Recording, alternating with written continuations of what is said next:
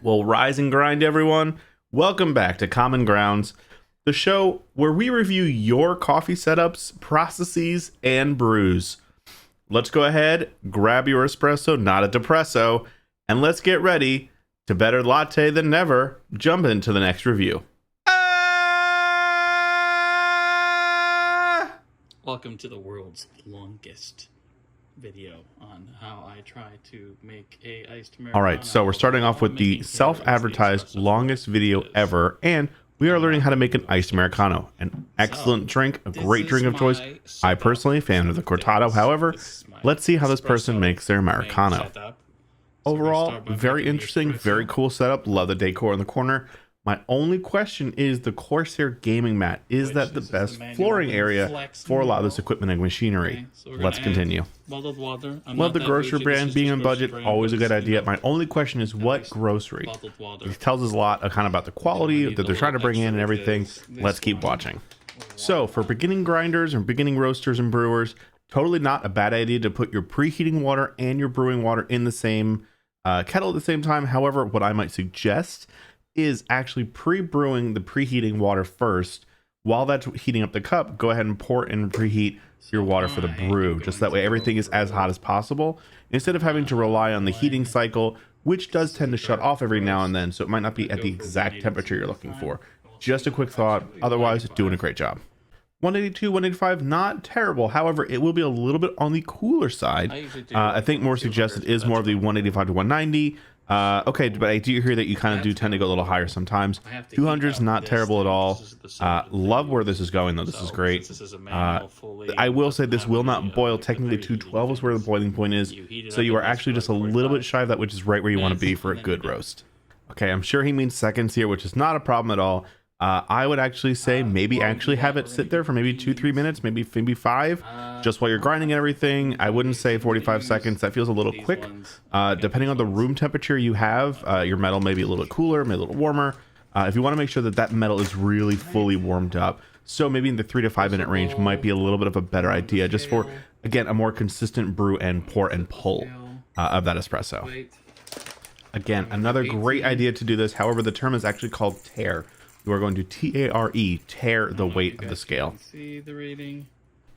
Absolutely loving this. This is great. Measuring it out to the exact number of grams is fantastic to see, and just kind of picking the right beans to make sure your brew is ideal. Ooh, good enough.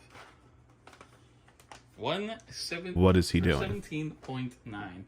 Now, I am trying. Okay, to let's continue. Like the more full-on manual one.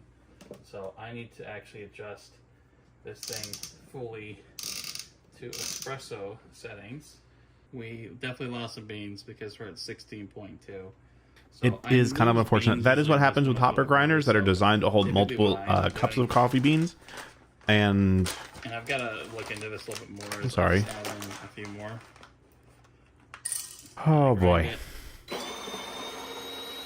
And this is what you typically. Oh, okay. I will not comment. Let's see where this goes. I'm sure we're going to measure this out, and we're going to scoop out the grounds to make sure it all equals 18 grams on the nose. Now that we have a fine powder, I'm sure it's going to be great. 0.4 now. So, you know what? It's close enough. That's fine. This thing does a pretty good job of it. It's fine. It's pretty good. I'll leave that there. All right, so now with this preheated, we are going to start putting in our espresso. Now I need to get, I'm realizing, like a better the dosing funnel problem. This is a very, very common issue. I will say I did check out the website. Your brand of espresso machine does actually have a dosing funnel for that little cup. So very affordable, very cheap. It will actually is there for loading. It's very nice and wide, so it should make this issue not a problem. I am already making a massive mess. You know what I'm gonna do? Make a giant fucking mess is what I'm gonna do. This is great. Oh, I mean, why don't you just do this instead?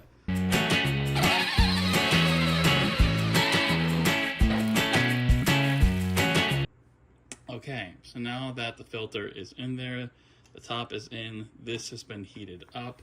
I think you're also supposed to potentially heat up the thing too, but we're not doing that.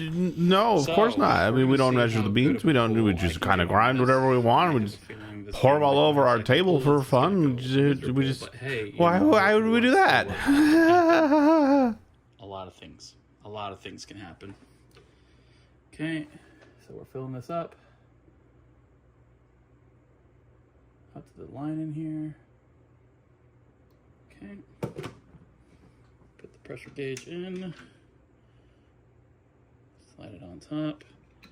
I'm going to see what are the ones ways I've been told to do it is get it to, you get a little bit out and then ramp it up. All right, now this is common across espresso blends. You will have your pre-infusion, which is usually a lower bar, the bar being the pressure measurement, and then you kind of do, as our person said here, we ramp it up. We kind of increase that bar to get the nice, consistent, solid extraction, and then we give kind of a post-infusion, and there we are. And there's our coffee, fully done, ready to enjoy, hot off the press. It was going too quickly. And so you're supposed to go for like 45 seconds, I guess, with the espresso. Very, very close. The common ratio is a 2-to-1 with your beans and your water, etc. And you're going to want to try to go for about 30 seconds. Ironically, 1-to-2 ratio, 1/2 of a minute. Nice, easy way to remember it. I think I need it a little firmer still.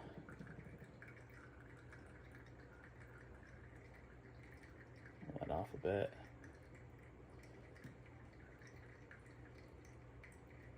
And we're done. All right. So overall, great pull. Really loved enjoying that. I will say, moving forward, maybe you can add some music. Let me give you an example of what this could be like.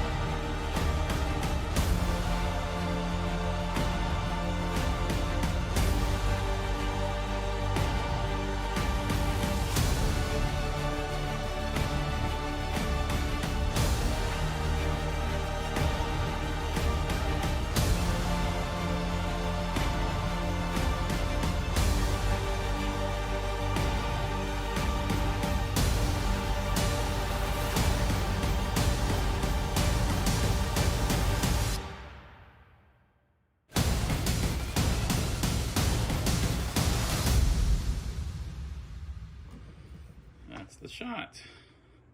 So that looks really great. Love the crema on top. Looks rich, robust.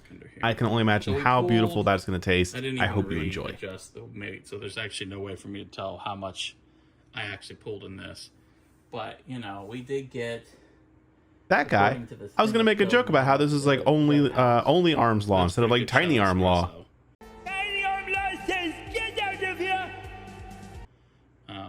And it looks pretty good. I'm just gonna put this under here. It's got a pretty good consistency. I think I did a pretty decent job. You know what? We have a lot of fun roasting each other here. At the end of the day, if you're having fun, that's all that matters. I don't have a cup for that. Take a sip, enjoy. I hope it's rich. It's not acidic. It's got nice tannins to it. I hope you just have a great experience with this. That tastes really good.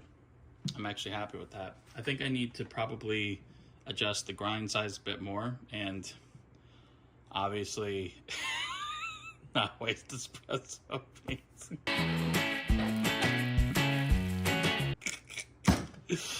Anyways, that's my espresso. I'll send the photos of the thing later. Enjoy, Graves. Bye-bye. Well, it looks like overall you had a lot of fun with this, and that at the end of the day is what really matters. The joy of coffee is always perfecting it and dialing in that perfect brew, because at the end of the day, this is not just a cup of brown bean juice to wake you up in the morning. This is a hobby. So I hope you all enjoyed. Don't forget, at the end of the day, We may like our dark roast or light roast or French press or Americanos or drip coffees, but we're all on common grounds. And that's the Daily Grind. Catch you guys next time.